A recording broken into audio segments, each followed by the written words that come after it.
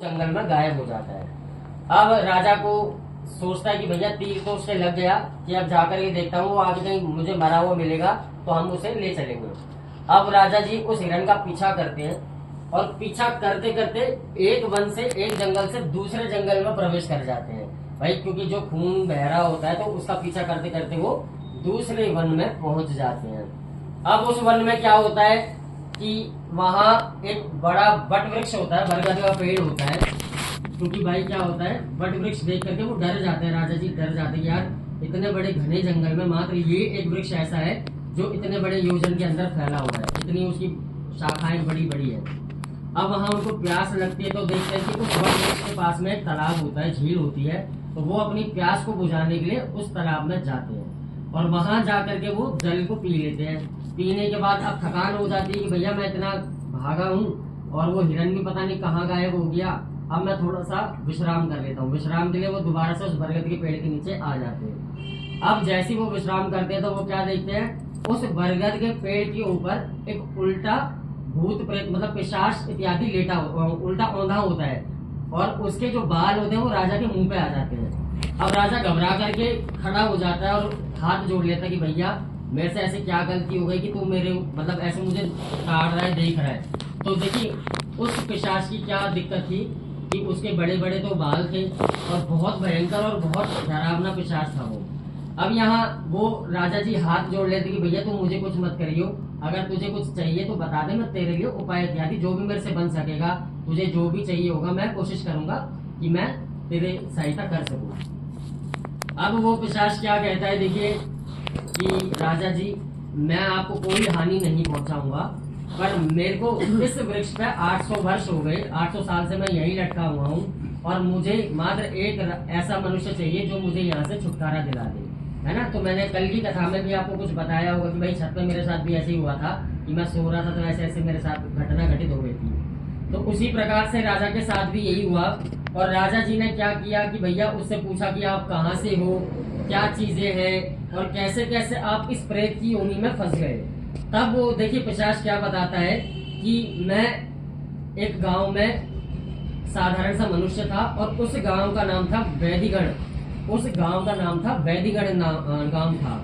अब वहां देखिए मैं वैश्य जाति का था, तो वहां मैं क्या करता था, बड़े बड़े जो संत महात्मा आते थे मैं उनके चरणों की खूब सेवा करता था और भगवान का खूब यज्ञ इत्यादि करवाता था।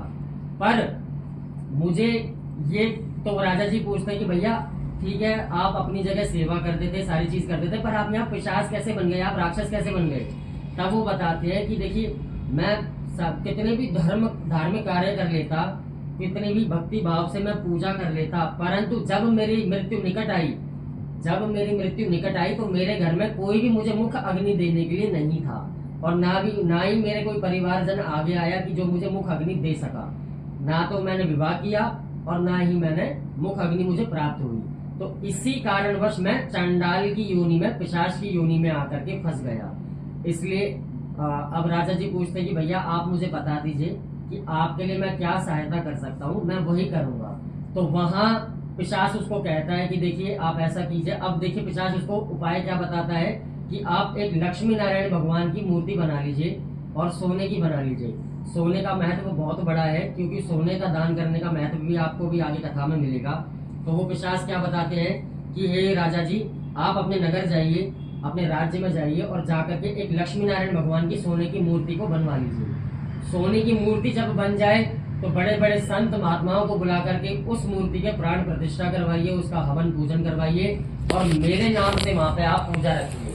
तब राजा जी ऐसा ही करते हैं, सारा उपाय उससे जान लेते हैं कि ठीक है मैं अपने नगर को राज्य को जाऊंगा तो मैं जाकर के विष्णु लक्ष्मी नारायण भगवान की सोने की मूर्ति बनवाऊंगा और उसी से मैं तुम्हारे नाम से, तुम्हारे गोत्र इत्यादि से मैं उसका पूजन रखूंगा।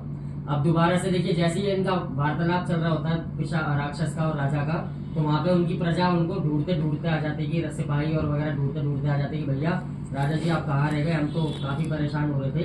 तो इतनी देर में वहां पे वो पिशाच जो होता है वो गायब हो जाता है। अब राजा जी के मन में यही आता है कि भैया अब मुझे सबसे पहले इसका छुटकारा इसको दिलवाना है। तो वो अपने सैनिकों के साथ बैठ के अपने राज्य की ओर बढ़ता है और वहां जाकर लक्ष्मी नारायण भगवान की मूर्ति को स्थापित करता है और ब्राह्मणों और संत महात्माओं से जाकर के उसका पूजन इत्यादि करवाता है। पूजन के बाद देखिए जैसे ही उसका पूजन होता है तो जैसे ही उसका नाम और गोत्र का संकल्प इत्यादि रखा जाता है तो वहां से उस पिशाच को छुटकारा मिलता है और जाते जाते वो उसको खूब आशीर्वाद देके जाता है कि तुम्हारा सारा खूब संप्रदाय राज्य इत्यादि खूब धूमधाम से चले और तुम्हारी कोई भी मनोकामना ना रहे। तो हमारे यहाँ पे भी आपने देखा होगा कि सरल उपाय में मैं कहूँ तो आपने किसी को सुना होगा कि भैया शनि की 7.5 चल रही है, शनि की ढैया चल रही है।